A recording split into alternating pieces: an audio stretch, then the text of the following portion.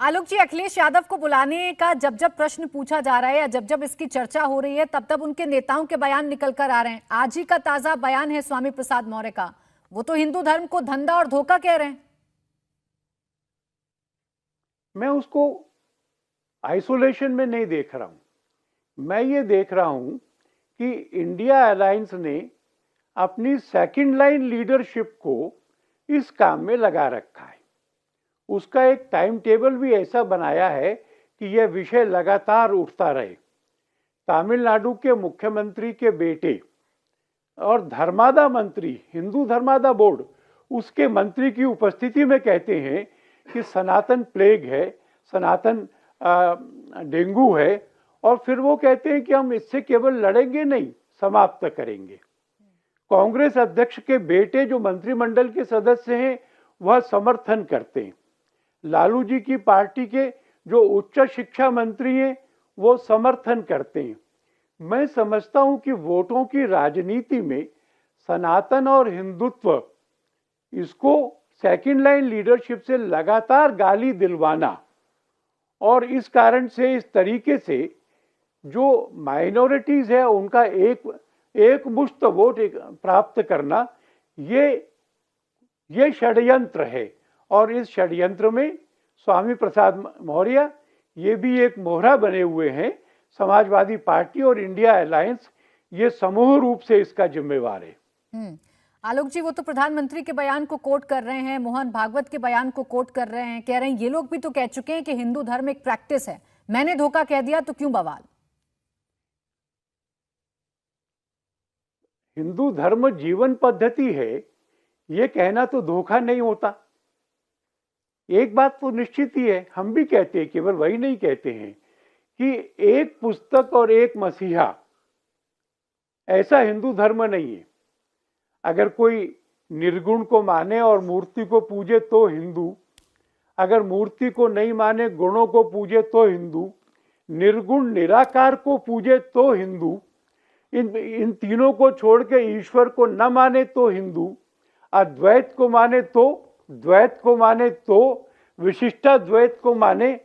इसलिए अपने अपनी क्षमता के अनुसार, अपनी अपनी स्थिति के अनुसार अपना रास्ता सब लोग चुनते हैं, और जब तक वो उस रास्ते पर ईमानदारी से चल रहे वह हिंदू हैं।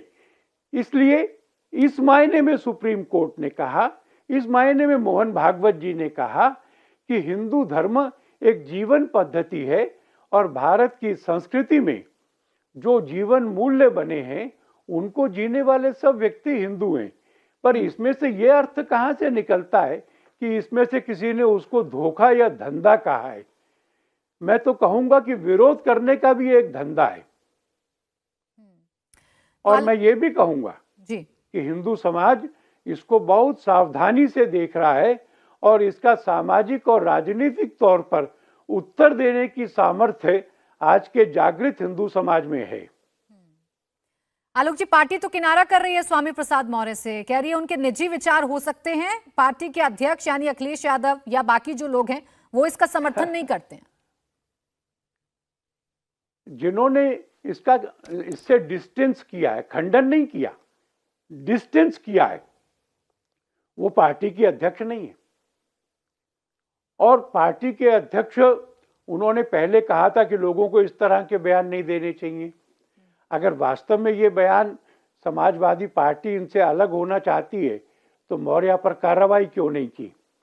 पिछली बार जब मौर्य ने रामचरितमानस जलाया था उसके तुरंत बाद उनको पार्टी में एक सीनियर पोजीशन क्यों घोषित की गई, और उनकी पदोन्नति ये तो इसी बात का पुरस्कार था कि उन्होंने मानस को जलाने का प्रयत्न किया था। इसलिए उनके एक्शन डिंपल यादव जी के बयान से मेल नहीं खाते, और डिंपल यादव जी का बयान पार्टी के अध्यक्ष का बयान नहीं माना जाता है। और केवल बयान से काम नहीं चलता है, कार्रवाई भी करना पड़ता है। जिनके अध्यक्ष को आप बुला रहे हैं अखिलेश यादव, उन्हीं की पार्टी के सांसद हैं संभल से शफीकुर रहमान बर्क। आज ही का उनका बयान है, कह रहे हैं तो इंसानियत को मारकर ताकत के दम पर राम मंदिर बनाया जा रहा है, बाबरी मस्जिद को शहीद करके राम मंदिर बनाया जा रहा है, मैं तो कभी अयोध्या नहीं जाऊंगा।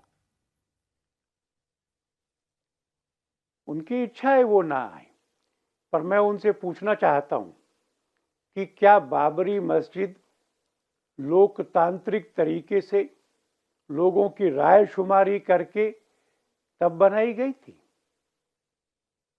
क्या वो एक पाशविक काम नहीं था?